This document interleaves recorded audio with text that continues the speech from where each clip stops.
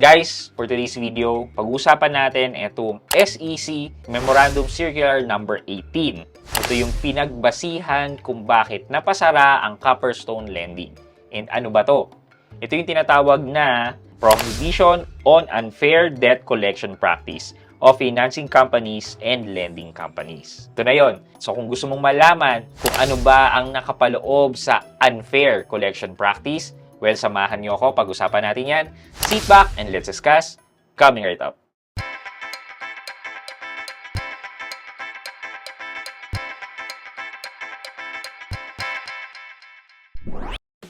Hi guys, this is Pat and you're in Pat Quintos Review TV. So if you're new here in my channel, I do reviews about personal finance na meron ng experience at ginawa ko na yun ng videos and playlists na makikita nyo dito sa taas, at kung bago ka dito sa channel ko, you may want to consider subscribing to my channel. So guys, SEC issued this sometime in 2019. So ito, SEC Memorandum Circular number 18 series of 2019. Sabi niya, to all financing and lending companies, subject, prohibition on unfair debt collection practice of financing companies and lending companies. Dated 19 of August 2019. Okay. So, sabi dito, whereas the Commission has been receiving numerous complaints against financing companies and lending companies that allegedly harass borrowers and employ abusive and unethical and unfair means to collect debts. Okay. So, nakakatanggap naman daw pala sila. Whereas the Commission is aware of the practice of financing companies and lending companies of purposely engaging the series of third-party service provider.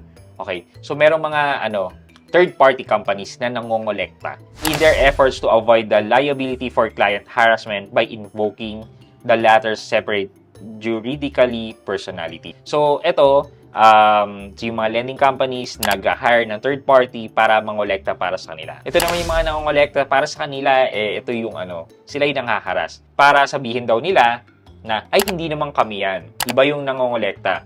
Hindi kami yung nanghaharas sa kanila. So, ganun yung sistema nangyayari. Whereas the Commission exercises regulatory and supervisory authority over financing companies and lending companies by virtue of Republic Act, yada yada yada, or Financial Company Act. Sige. Haba. In view of the foregoing, without limiting the general application of the foregoing. Haba. Pas na natin yan. Okay, punta na tayo sa unfair collection practice. So, FCs, LCs, and third parties hired by them may resort to all reasonable and legal permissible means to collect the amount due to them under the loan agreement. So, sabi, they can exert all legal means and effort to collect. Legal. Provided that in the exercise of their rights and performance of their duties, they must observe good faith and reasonable conduct and refrain from engaging in unscrupulous and untoward act. Without limiting the general application of the foregoing, the following conduct shall constitute unfair collection practices. So, ito na daw yung unfair collection practices. Number 1, the use or threat of use of violence or other criminal means to harm the physical person, reputation, or property of any person. Okay, malinaw yun ha. Kahit threat lang siya, makakasakit physically, sa reputation ng tao, and then sa property ng kahit na sinong tao. Pangalawa, the use of threat to take any action that cannot legally be taken. So, parang sasabihin niya, ipapakulong kita dahil sa utang mo, which is hindi naman posible, di ba? Wala naman nakukulong sa utang, lalo na sa ganito na unsecured loans, wala. Unless mag-issue ka ng cheque, or unless all farming ka, na tinatawag yung tipong meron kang intent na manloko talaga kaya ka nangutang. Number 3, the use of obscenities, insults, or profane language, the natural consequence of which is to abuse the borrower and or which amount to a criminal act or offense under applicable law. Okay, yung yung use of obscenities, yung pagmumura. Dahil sa paggamit nila ng ganyan, profane language, pwede silang makasuhan ng slander actually. Number 4, disclosure of publication of names and other personal information of borrowers who allegedly refuse to pay debt except as may be allowed under Section 2 thereof. Okay, so bawal yung pag-broadcast na ito may utang di ba, yung paggagawa ng Facebook groups, bawal na bawal yan, unfair collection practice yan. Number 5, communicating or threatening to communicate to any person loan information which is known or which should be known to be false, including failure to communicate the debt is being disputed except as may be allowed under Section 2. So, parang ganun nga.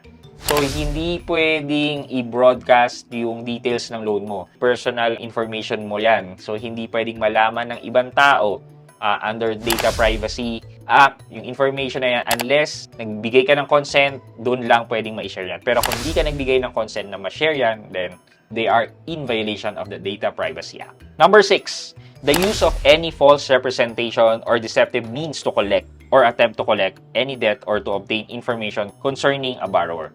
Paano ba? Sasabihin nila, police na to. Kailangan bayaran yan kasi police kami. Parang ganon. Nag-represent sila ng other authority para lang mag-exert ng force sa'yo para magbayad ka. So, yung pagpapanggap, another kaso yun yung pagpapanggap, usurpation of authority actually. Number 7, making contact at unreasonable and inconvenient time of hours. Ayan. So, ang unreasonable hours daw ay before 6 a.m. in the morning and after 10 p.m. in the evening. Unless, nagbigay ka ng consent na pwede kang tawagan kahit na anong oras. So, pero, sabi dito, yung consent kailangan shall be written, electronic, or recorded. So, para nagbibigay ka talaga, pwede nyo akong tawagan, ito, in writing, pwede nyo akong tawagan sa ganitong oras. Yung mga ganon.